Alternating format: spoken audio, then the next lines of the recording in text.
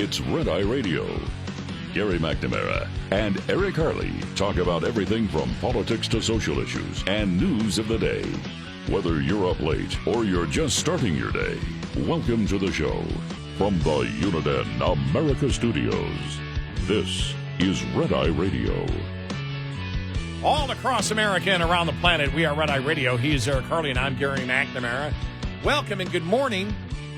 Okay, all right. I was going to go and get a beer out of the refrigerator, but they're still in there, by the way. I did look. They're still in there. But I thought it might be appropriate, even though it's not Friday, if I was going to get a beer, I should do it in the 4 to 5 o'clock hour. Right? Because on a Friday. Well, that's one way to do it, yeah. Yeah, we wanted to do it. I usually start with one, but okay. It reminds me of the time we had snow.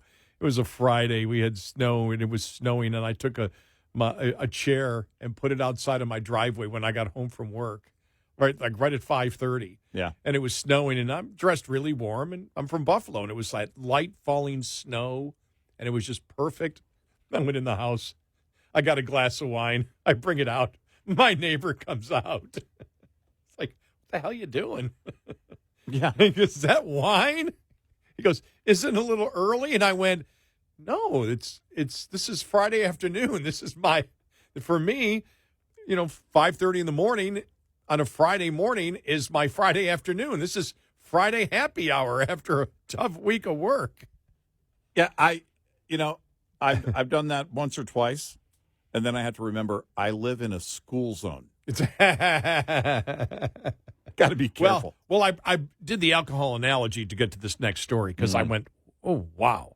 And I don't believe you could do this in the United States, but here it is. The British government's plan for a landmark smoking ban that aims to stop young people from ever smoking cleared its first hurdle in Parliament on Thursday. Mm-hmm.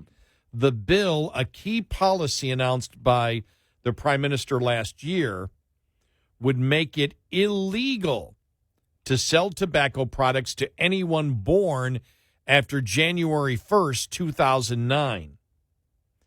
If passed, the bill would give Britain some of the toughest anti-smoking measures in the world. Authorities say it will create modern Britain's first smoke-free generation. Under the Tobacco and Vapes bill, children turning 15 this year or younger will never be legally sold tobacco. Once implemented, officials are aiming for 2027. The legal age of sale that people in England can buy cigarettes will be raised 1 year every year until it is eventually illegal for the entire population.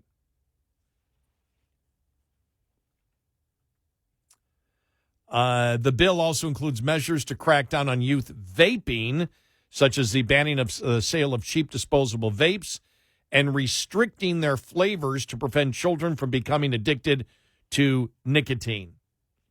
It is currently illegal for anyone to sell cigarettes or tobacco products and vapes to people under 18 years of age throughout the UK. During the bill's second reading late Tuesday, 383 lawmakers voted in favor, while 67 opposed it after an afternoon of debate. Although the bill was widely praised by health experts and had support of the opposition Labour Party, the Prime Minister faced rebellion from more libertarian-minded members of his party who criticized the proposals as unconservative. That means cigars, too? Because you know what it shows on the front, the picture. I'm reading this from Breitbart. Yeah.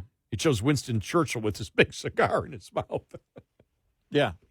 Right. But think about this, though. They raise the age each year where, okay, they raise it because it'll take place in 2027, so it'll be 2009. So you would be 18. The next year it would be 19. The next year, 20. The next year, 21. The next year, 20. It would keep going up in age. Right. So there would be people that could be 24 years of age that couldn't buy in a couple of years, that couldn't buy tobacco, but if you're 25, you could. And I said the reason that probably would be found unconstitutional in the United States because you can't separate what adults can do by age. Right. You can't do that. I mean, 21, there's a great debate. When are you an adult, 18 or 21? And there are certain things that you can't do before you're 18 and some you can't do before you're 21. But once you're 21, you're a full-fledged adult in the United States. And so you can't separate and say, okay, people under 30 can't do this and people over 30 can. Apparently in Great Britain you can, which is why we broke away from them. Yeah, that's one reason, because we needed our cigarettes. Well, there was nicotine in tea, was there not? Well, that's the thing. A lot of what went into the water wasn't just tea; it was tobacco. The cigarette tax. This is an interesting look at once again, basically the overall idea of outlawing tobacco in a world that is increasingly decriminalizing marijuana. Mm-hmm. And, when the legalization thing started, when it was like Tommy Chong, the staff at High Times magazine, and about a couple hundred other people screaming legalize it, you could say, okay, all right, legalize it. And everybody was saying, legalize it and tax it. And I was saying, no, legalize it and be done. I mean, tax it like any other product. But, of course, they can't stop there. And if they ever got to the federal level and decriminalizing on the federal level, we've already talked about that, they want their 8% cut. That would be another 8% federal tax on that product. But then you get into the discussion about, well, this is bad for you, that's bad for you, this is bad for the environment. You and I have had this discussion. It wouldn't take as long for it to get back to being, oh, yeah, no, we need to make it illegal again. And if you're going to get into that game, on tobacco, and they can come in and say, okay, it's going to be illegal. Now, you can't get that support. You can't get that public support. Remember when they came in with the rule on the flavored vape oils and all that, mm-hmm. and it was like, yeah, we don't know the long-term effects of this stuff that you're inhaling and all that. Well, you can start to apply basically, that same thought as you get closer and closer to this idea of making cigarettes illegal, then vaping illegal, marijuana once again illegal. Let's have a conversation about alcohol again. That's where the resistance would be. Keep in mind, during the global pandemic, alcohol sales went through the roof, and it's the one thing they wouldn't shut down. Remember, they started changing, including our state, alcohol to go laws. They started, we'll just make it easier. We'll put in a caveat. Yeah, you got to buy some food or something, but go ahead and let them buy their liquor to go, mm-hmm. From restaurants and everything else. This is, the conversation that we've had for a long time. Whether smoking should be illegal, and then, okay, it's like that dangerous dog idea. Well, this is the most dangerous dog. Then no more ownership of this. By the way, Great Britain outlawing pit bulls. This is one more example of things that can be done in a society. Well, then the next dangerous dog, that was second most dangerous dog yesterday, is now the first most dangerous dog. And you're going to have to get into then all of a sudden nobody can own a Chihuahua. And it really gets down to, that idea of, eliminating risk or harmful things. Well, let's talk about red meat. Well, let's talk about sugar. But the left has already gone here, by the way. And they've gone here for a long time here in the U.S. The soda cup size ban in New York City. 42% in a poll of people in New York City approved of that. Yeah. And that's the kind of thing that you look at and they say, well, no, they should regulate our salt. They should regulate our sugar. They should regulate all these things. Well, they can regulate everything out of existence. And to what end? We saw what happened during COVID. Right. Where there's no reason, and there never was any reason. There was never any science saying that kids needed to be locked down. Right. There's no science backing that, yet it was done anyway. Mm-hmm. So we know that government will do things that aren't that they will force things. We see it with the radical transgender movement that have not based in science at all, but just based on a narrative, and will go after you, jail you, arrest you for doing things that don't harm anybody. Right. And so you look at it and you say, I know from my doctor, being a type 2 diabetic, that's smoking. I mean, that's the one, thing. And he knows I don't smoke, but, I still got to ask the question from the nurse again when I went in this time. Just going over your thing again. Do you smoke? No. And they want to know. And what do they ask? Do you smoke? How often do you drink? Mm-hmm. Those are the questions that they bring in. Why do they bring those in? Because they're viewed as harmful, right? Right. That's why. Yeah. And then my doctor wants to know, I'm a type 2 diabetic, so almost everything is poison to me. Anything with carbs or sugar is heroin to me. Yeah. But it's, you say, where do you go? And you make a point that if smoking is gone, does drinking go next? And then you have that, and then you have, the medical, which, by the way, is abused majorly, as we all know, for pot. It's abused, massively across the nation. And then recreational pot in so many different ways to take it. Mm-hmm. We saw, look, it was huge when Portland said, we need to start recriminalizing hard drugs. Right. It's huge. I mean, the pendulum's going the other way. Right. Don't be surprised, if you see it start moving the other way based on what you said, which is the most dangerous, dog example. Right. Because if you get rid of smoking, then drinking will be next, right? Well, it's this idea that we can legislate death away. And the fact of the matter is no, death is a pre-existing condition. Everyone has it. And these are the things you look at as in a free society. Is smoking a good idea? No. No. Is rock climbing a good idea? No. No. Is I'm thinking of some of the things I never rock climb. Is flipping in a race car dangerous? I've done that. Right. Yeah. There's so many things that you could say add risk to what people do. One of the things I do, and I do it constantly, and I know people that have been actually hurt or killed, is riding their bicycle. Yeah. Ride your bicycle on a busy street. Right. What's more dangerous, riding your bicycle constantly 10 miles a day on a busy street? Right. Or drinking moderately. Who Right. knows? Right. And you see that it changes all the time on drinking. Well, moderate drinking's okay, and moderate drinking has some health benefits.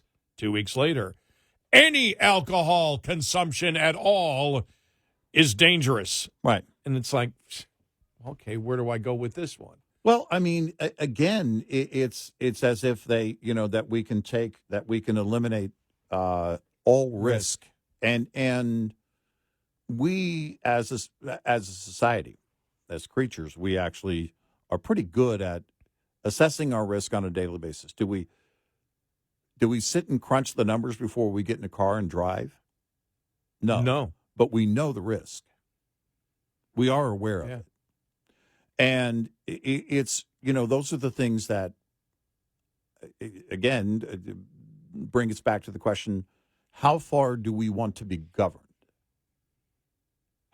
And that's what it comes down to is, the irony here. And I don't know what the laws in Great Britain are on marijuana. Have they legalized it over there?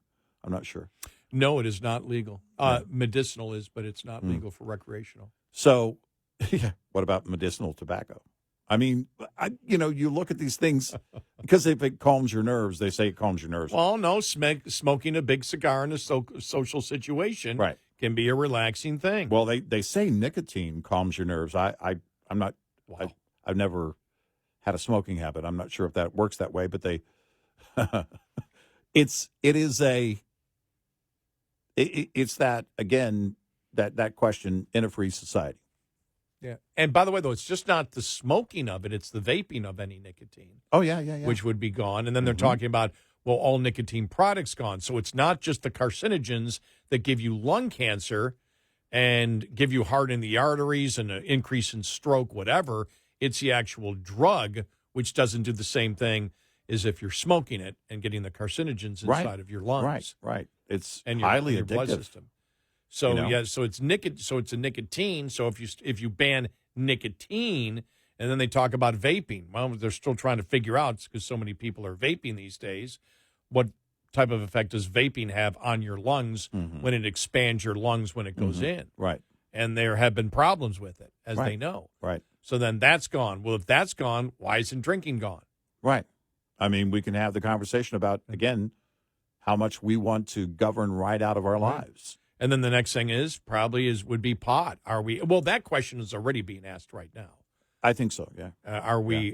Because now they're finding out. Remember, what was it? Remember back in you might not remember, early 70s, pot makes you schizoid. You heard that all the time. It's like, well, that's ridiculous.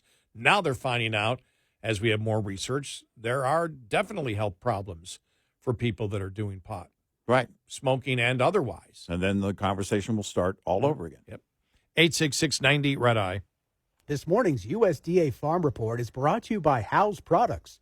Tested, trusted, guaranteed since 1920. In this country today, there are still places where people don't have easy access to fresh, healthy foods, such as fruits and vegetables, but there's a lot of work going on to change that. The latest development coming this week from Deputy Agriculture Secretary Xochitl Torres-Small, who told reporters, USDA Rural Development and the Reinvestment Fund are announcing the selection of 16 partnerships that will receive more than $40 million in grants under the Healthy Food Financing Initiative Partnerships Program to expand access to nutritious and affordable foods in 20 states and in Washington, D.C. Grants will be used by local organizations to do things like establishing new local markets and supply chains and helping local food retailers to offer more fresh produce for their customers. So people who live in some of the most remote parts of the country don't have to travel so far from home to find fresh, healthy food.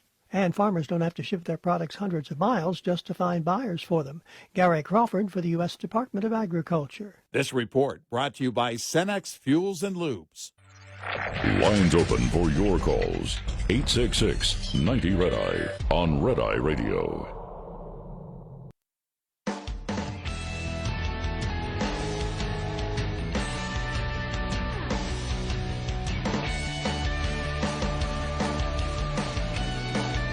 It's Red Eye Radio. He's Eric Harley, and I'm Gary McNamara. You start thinking out because Great Britain looking to ban cigarettes and or tobacco and how they're going to do it, because it's not just smoking. It would be any type of nicotine products. And you say, okay, then after that, what do you go after? Do you go after drinking? Do you go after pot? And I started thinking, because it was on the other day, by the time we get to Demolition Man, they might be banning caffeine and coffee. And at that point, I'm down in the sewers with Dennis Leary, who's going to be smoking like crazy because he loves smoking.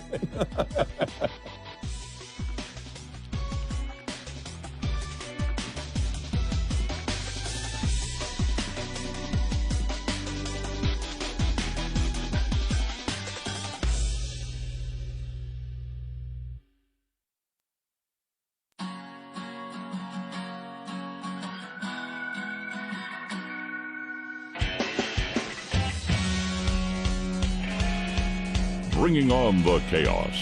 Gary McNamara and Eric Harley. Red Eye Radio. And he is Eric Harley, and I'm Gary McNamara.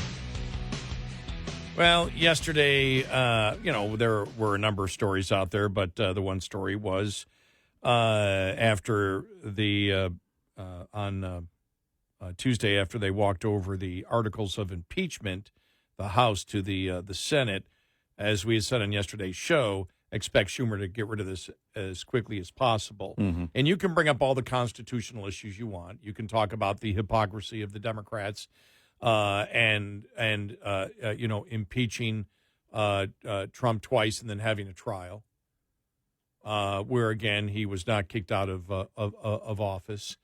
And you can say they're hypocrites because especially the second charge, lying before Congress. It's obvious that he did that. It's obvious Mayorkis lied when he said the border was secure. Everyone knows it. So you can talk about the constitutional issues and the Senate not doing, what's constitutionally required of them to take the House seriously when an impeachment, when the articles of impeachment are brought to them to at least consider their merits that they wouldn't do. All well and good, and there was a lot of discussion on that. But that's not what this comes down to in the real world.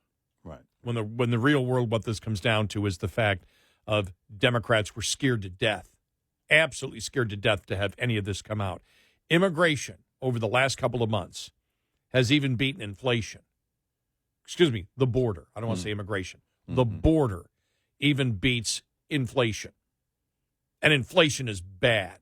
Yeah. And so what that shows is what has happened by dispersing mostly from the federal government and the Biden administration, migrants all over the country. This issue has become, as we predicted it would, even if the mainstream media ignored what was going on in major liberal cities, it would be covered by the local media, and it would become a huge issue.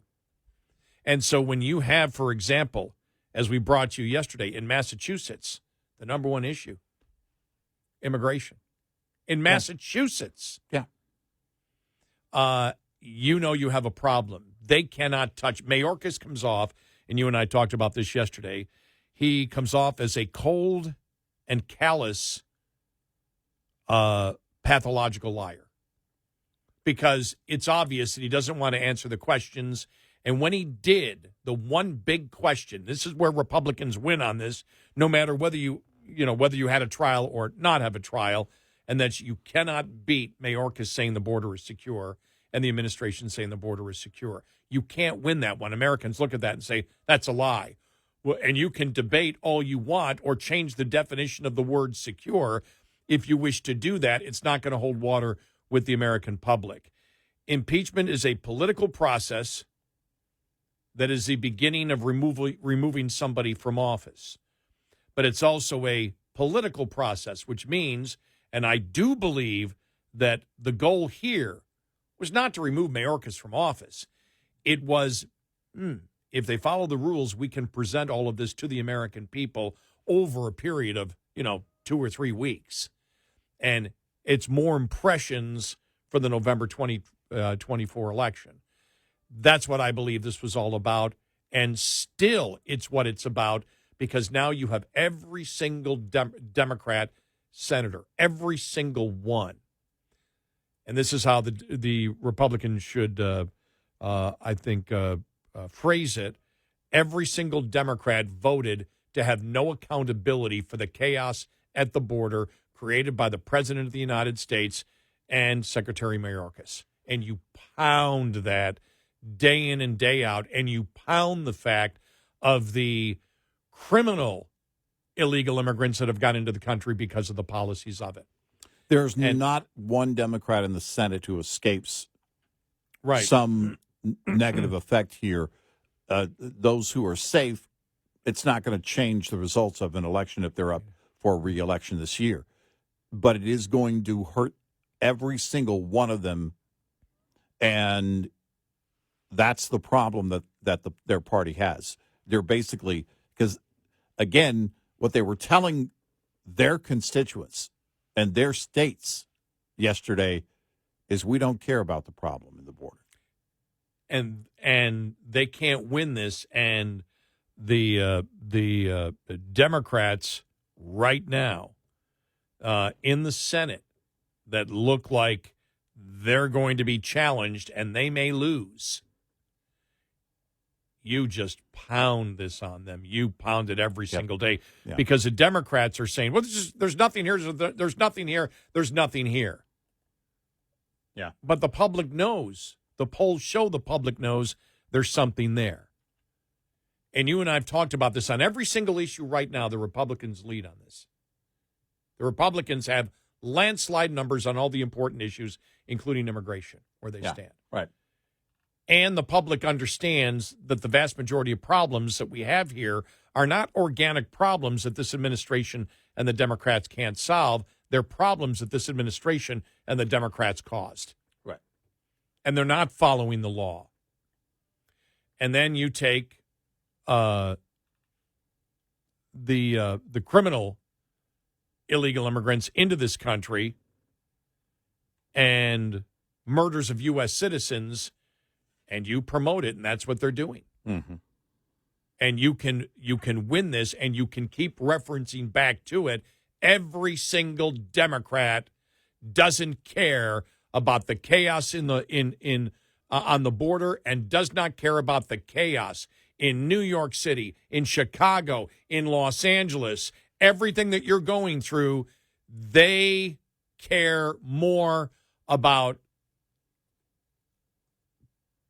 criminal illegal immigrants than they care about you. Oh, yeah. You're not calling all of the migrants criminals. What you're doing is talking about the fact that there is no accountability for anybody in, Mayorkis or the president or anybody else in the administration. There's no accountability for this mess, and there seems to be no caring when an American citizen is killed by clearly somebody who should have been deported from the country. And I'm going to play a little bit of, we played this earlier. I want to play it again because this was Ted Cruz hitting all the points we said the Republicans have to hit. Anybody who says, well, the Republicans lost or they have nothing, no, you just loaded them up with more ammunition. Yep. Might have been better, if they could have gotten, if they could have gotten a trial and had those impressions each and every day for the next month. But Republicans knew they weren't going to get that. We told you yesterday and the day before, Schumer's not going to allow this, and the Republicans know it. But the Republicans want this to say, this shows that this actually makes it so, to me, if you market it correctly, if you sell the message correctly, this goes now beyond Mayorkis and the president. This goes directly to the Senate. Yep. You're going after the senators and saying the senators, the Democrat senators, don't care about the chaos at the border. They don't care about the chaos in your cities. They don't care about your dwindling budget in the cities because of what Biden is doing illegally at the border. He's not following federal law in doing it. They don't care about it, and they don't care when criminal illegal immigrants kill American citizens.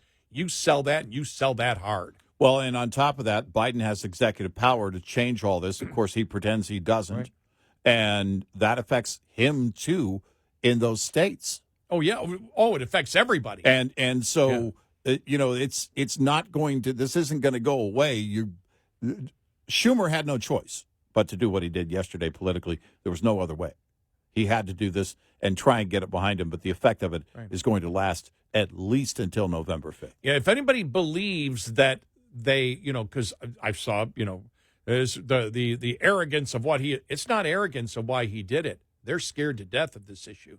Oh, yeah. It wasn't arrogance you saw from the. No, he was running from it. They're faking. They're faking arrogance and confidence in this.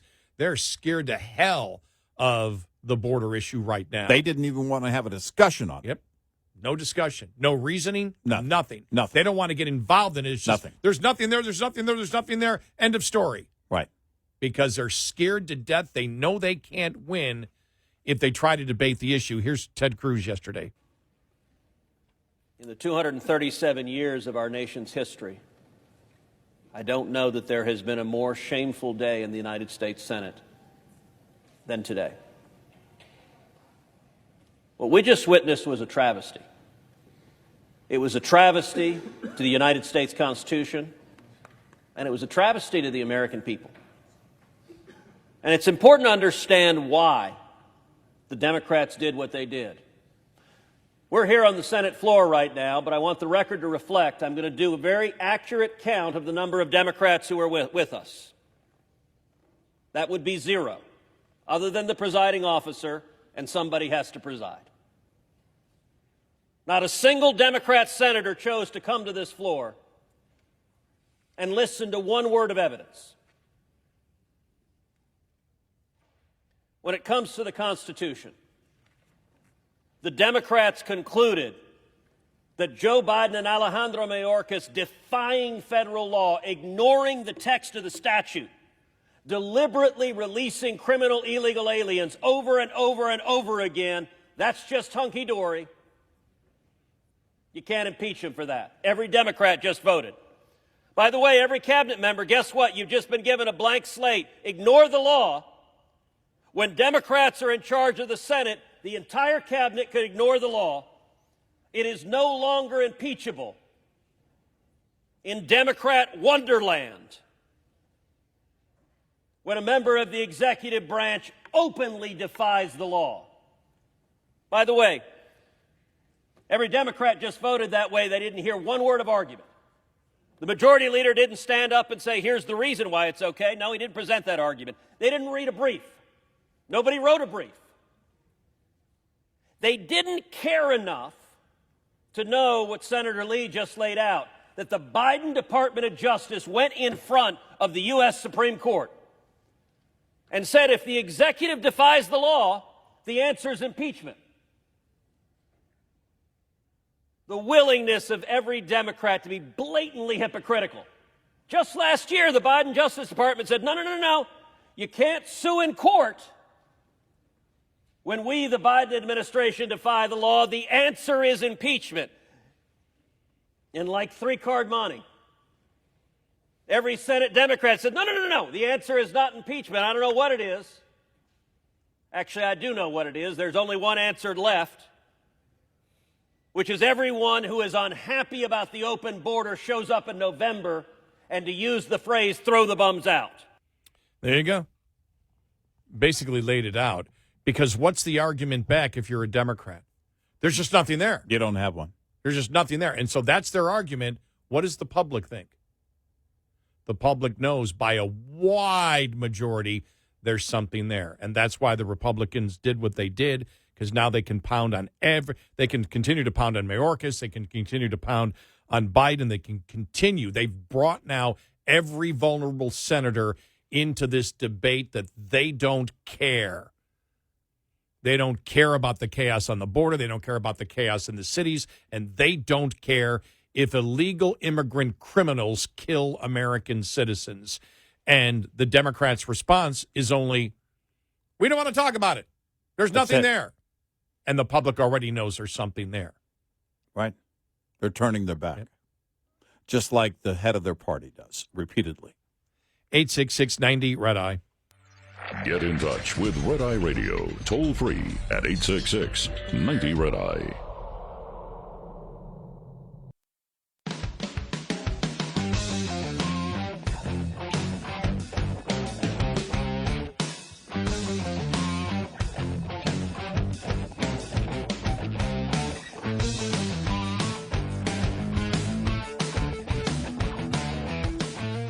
It's Red Eye Radio. He's Eric Harley, and I'm Gary McNamara.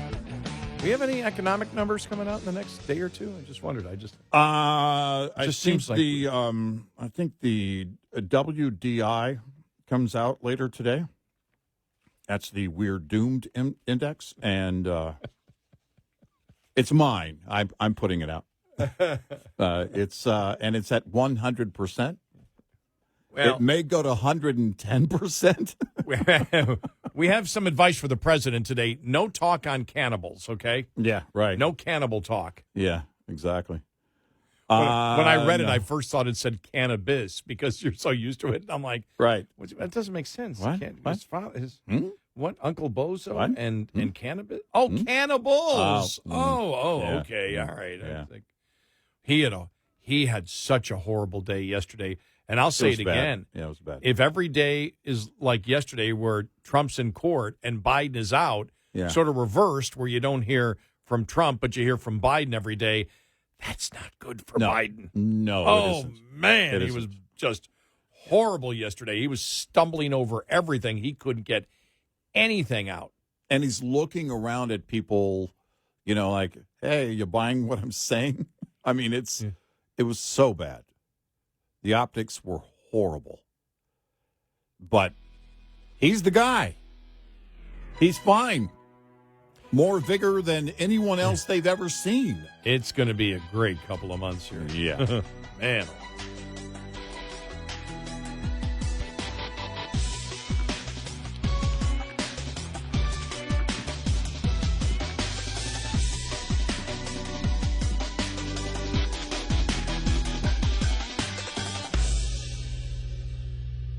This is Red Eye Radio on Westwood One.